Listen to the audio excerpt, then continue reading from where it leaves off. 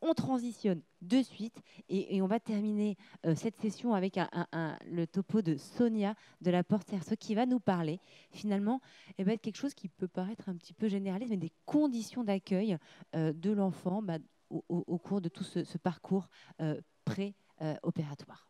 À toi, Sonia. Merci Christelle. Donc, en fait, ce topo, il va venir tout à fait en complément du topo de mes prédécesseurs et de celui de Jean-Vincent.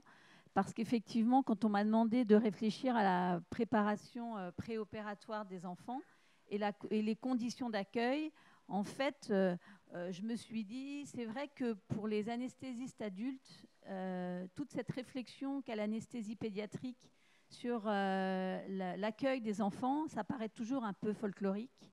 Et en fait, on s'aperçoit que ce n'est pas que folklorique et que ça a des vraies raisons d'exister.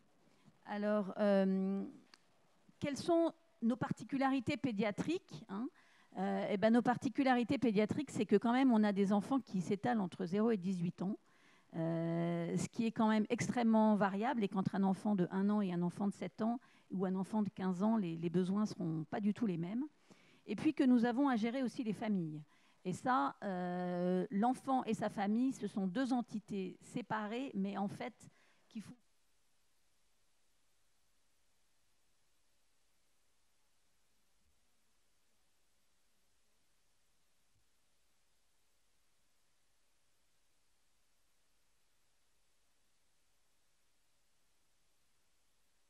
Trois entités distinctes, successives, qui, dans le déroulement de l'hospitalisation de l'enfant et dans le post-op, vont pouvoir survenir, qui sont trois événements qui vont nous pousser à réfléchir aux conditions d'accueil de l'enfant. Ces trois entités, ce sont d'une part l'agitation au réveil, qui surviennent juste après l'anesthésie, qui donc dure en général quelques minutes, on dit jusqu'à 30 minutes, qui ont quand même une incidence d'environ 18%. Les troubles du comportement post-op, qui, eux, surviennent dans les semaines qui suivent l'anesthésie et la prise en charge au bloc opératoire. Enfin, le syndrome post-traumatique, qu'on décrit plutôt à type de survenue dans l'ordre du mois. Alors, l'anxiété préopératoire, elle favorise donc la survenue de certains troubles. Et donc, quand on refait un petit peu la littérature avec une biblio qui est un petit peu ancienne, parce que ce sont des études qui sont assez anciennes, on s'aperçoit que l'anxiété, en tout cas, elle joue sur les deux premières entités dont je vous ai parlé, que sont l'agitation au réveil et les troubles du comportement post-opératoire. A priori, sur le syndrome de stress post-traumatique, l'anxiété a beaucoup moins d'influence. Donc, agir sur l'anxiété, c'est agir sur ces deux épisodes qui vont survenir dans le post-op de la prise en charge de nos enfants. Alors, juste pour préciser que dans la description des survenues de ces troubles post-opératoires, on va distinguer, je ne sais pas si vous arrivez à lire sur cette diapositive, avec le questionnaire qui est souvent utilisé pour arriver à déterminer quels troubles sont survenus, on va distinguer l'enfant préscolaire de l'enfant ce qu'on appelle post-scolaire, c'est-à-dire post-6 ans environ. Alors, pour qui? On a vu donc pourquoi, et maintenant on voit pour qui. Pour qui, en fait, pour qui il est important de réfléchir à cette prise en charge, comme disait Jean-Vincent, pour tous. Pour tous, mais pas de la même manière, parce qu'on va pouvoir distinguer effectivement plusieurs catégories d'enfants. Le petit, j'ai enlevé celui inférieur à 1 an, parce que en fait, c'est souvent plus une angoisse de séparation, mais de 1 à 3 ans, c'est souvent ceux qui vont être un petit peu plus rebelles lorsqu'on va débuter notre induction anesthésique. Et donc, c'est surtout la séparation des parents qui va être compliquée. De 4 à 6 ans, ça va être plutôt la peur de l'inconnu, l'angoisse d'aller avec l'étranger et l'angoisse de découvrir le bloc. Et de 7 à 12 ans, ce sont des enfants qui nécessitent surtout de comprendre ce qui va se passer pour eux, d'avoir des questions. C'est le « et alors » et pourquoi, et pourquoi, et pourquoi. Et ainsi que les adolescents, qui sont eux qui rajoutent une espèce d'angoisse sur la nudité, qui sont un âge où l'enfant est pudique. Et donc, toutes ces composantes, différentes en fonction des âges, il va falloir les prendre en compte dans notre accueil, dans nos conditions d'accueil de nos enfants. Donc, effectivement, il y a des facteurs que nous ne pouvons pas maîtriser. L'âge préscolaire de l'enfant, son tempérament. Il y a pas mal d'études qui mettent des tempéraments timides, des tempéraments un peu plus, des enfants un petit peu plus agités. Donc on va distinguer en fonction des tempéraments la manière dont ils vont appréhender l'anesthésie, ainsi que les paramètres socioculturels, puisqu'il y a des études qui montrent qu'en fonction des ethnies ou des pays dont vous venez, des cultures, vous avez une manière d'appréhender l'inconnu de manière différente. Et puis les facteurs qu'on va pouvoir modifier. Et les facteurs qu'on va pouvoir modifier, c'est d'une part la prise en charge du parent et d'autre part la prise en charge de l'enfant.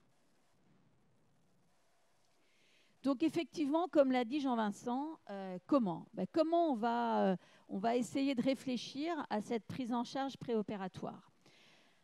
Alors, il y a plein d'études qui ont montré qu'effectivement, il y a plein d'essais qui ont été faits sur les bilans, la prise en charge psychologique, l'apparition de la réalité virtuelle, les écoles pour préparer à l'anesthésie. Il y a plein de choses qui ont été tentées. Comme le disait tout à l'heure Jean-Vincent, il y a plein de propositions qui nous sont faites avec les tablettes, avec les gommettes, j'ai pris l'exemple de Lyon parce que j'ai trouvé intéressant les enfants qui rentrent avec leur propre pyjama au bloc opératoire.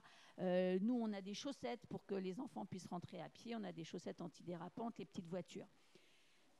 Toutes ces réflexions, elles amènent à quoi? Elles amènent à dire qu'en fait, réfléchir en équipe aux conditions d'accueil de l'enfant, c'est déjà rentrer dans une démarche de se dire qu'un enfant, la prise en charge de cet enfant, il commence avant l'hôpital. Et il se poursuit. Et que c'est à chaque équipe de retrouver et de trouver quelle solution je vais apporter pour la prise en charge de cet enfant. Et moi, je pense que surtout, ce qui est particulièrement important, et là, je vais prendre l'enfant globalement, alors on dit à partir de 4 ans, mais en fait, je pense que c'est à partir de 6 ans, c'est l'information. L'information, ça reste la principale source de prise en charge de l'anxiété. Nous, on a un questionnaire de satisfaction dans le service où on demande à l'enfant qu'est-ce qui t'a le plus permis de gérer ton stress. Et plus de la moitié des enfants répondent la discussion, la consultation, à partir de 6 ans. C'est un questionnaire à partir de 6 ans. J'ai repris le baromètre numérique qui est sorti récemment sur le baromètre numérique. On dit qu'actuellement, nous, on prend en charge des enfants, souvent jeunes en tout cas. Par exemple, dans les chirurgies ambulatoires, qui sont la majorité des enfants qui sont pris en charge en privé et en public. C'est donc des enfants jeunes, puisque environ 45% des enfants ont moins de 5 ans en chirurgie ambulatoire. Donc vous avez des parents jeunes, des parents hyper connectés. Et on voit actuellement que 84% des Français ont un smartphone, 66% sont sur les réseaux sociaux. Et pour s'informer, un Français utilise en moyenne 8,3 canaux, dont 3,2 quotidiennement. Donc, ça nous montre quoi ? Ça nous montre que l'information, quand vous avez un enfant qui va passer au bloc opératoire, vous allez aller chercher l'information sur plusieurs supports. Et ça, c'est aussi à nous à proposer des supports multiples. Alors, les supports traditionnels, comme je vous disais tout à l'heure, la consultation, avec ce moment privilégié où il va y avoir une discussion sur comment ça se passe. Moi, je suis tout à fait d'accord avec Jean-Vincent, il faut être complètement honnête. Quand l'enfant va nous demander, parce que la principale source d'angoisse de ce qu'on a trouvé dans notre questionnaire, c'est l'hôpital, le bloc, mais surtout la douleur. Est-ce que je vais avoir mal ? Donc je crois qu'il faut être honnête avec eux, leur expliquer comment on va prendre ça, les rassurer sur le fait qu'effectivement nous avons des prises en charge multimodales et qu'on va pouvoir, si ça ne suffit pas, on pourra leur donner autre chose et que de toute façon, on va arriver à prendre en charge cette douleur. Mais il faut aussi leur proposer d'autres canaux. Vous avez actuellement sur les applications numériques, la seule que j'ai trouvée vraiment pertinente, c'est la préparation que proposent les Suédois sur un site qui s'appelle web.anesthésia, que vous voyez en bas à droite, qui, alors, malheureusement, qui est en suédois.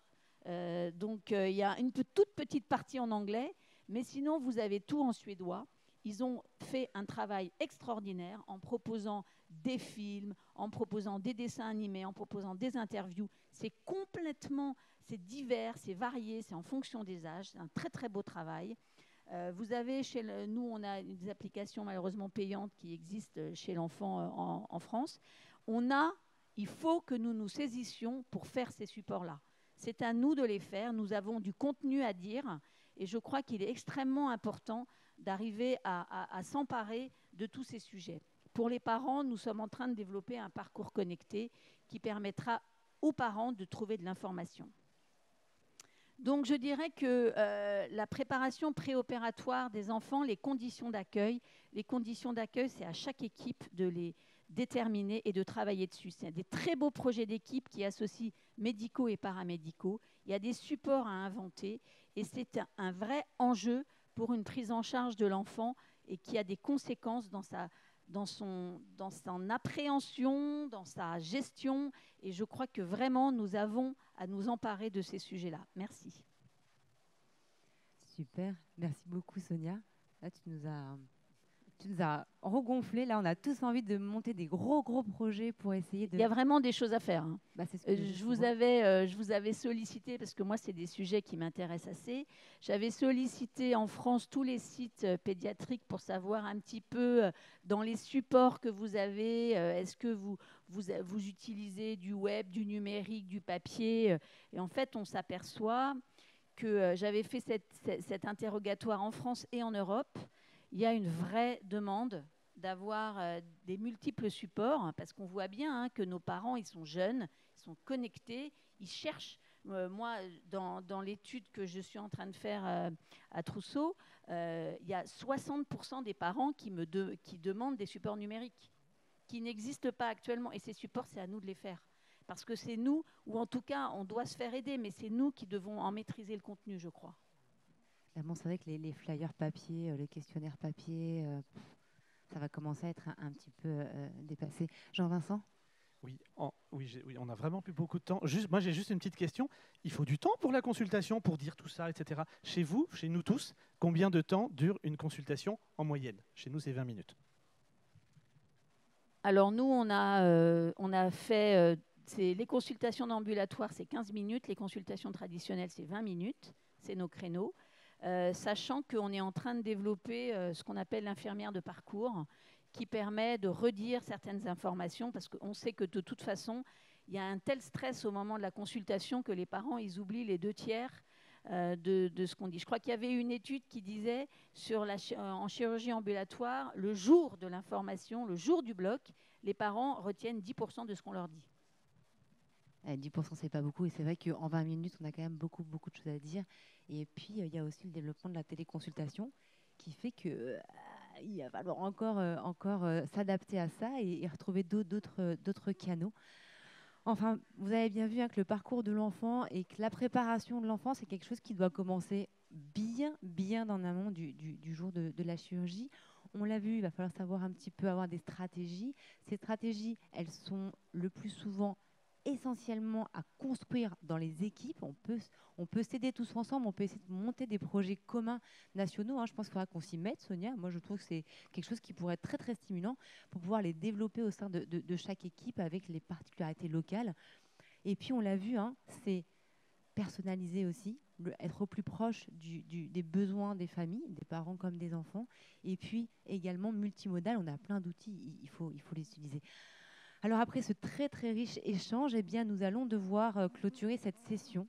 Et je voudrais dire un grand merci à nos orateurs quand même qui ont relevé le défi en 7 minutes de nous refaire le parcours optimisée de l'enfant. Et bien évidemment, un immense merci à vous tous. De l'autre côté de l'écran, merci d'avoir participé sur le chat. Et j'espère surtout que vous avez pris autant de plaisir, que vous êtes autant régalés que nous à faire cette session, parce que nous, on s'est vraiment, vraiment régalés. Vous savez que les sessions continue dans quelques minutes, hein, après une très très courte pause. Et en tout cas, alors malgré un ciel un petit peu gris ici, j'espère que votre journée sera ensoleillée et nous vous souhaitons une excellente ISFAR 2023. Et puis vous voyez, bon, on a un petit peu grandi, mais voilà, pas beaucoup en fait. À bientôt.